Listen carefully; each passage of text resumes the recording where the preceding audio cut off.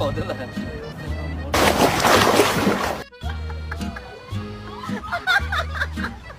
you like your bath?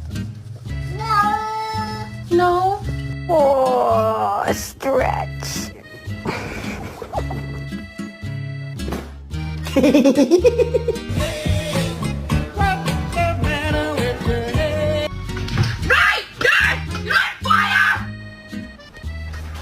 Oh my god.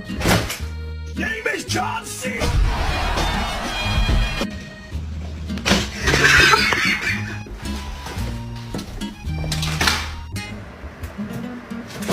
Oh.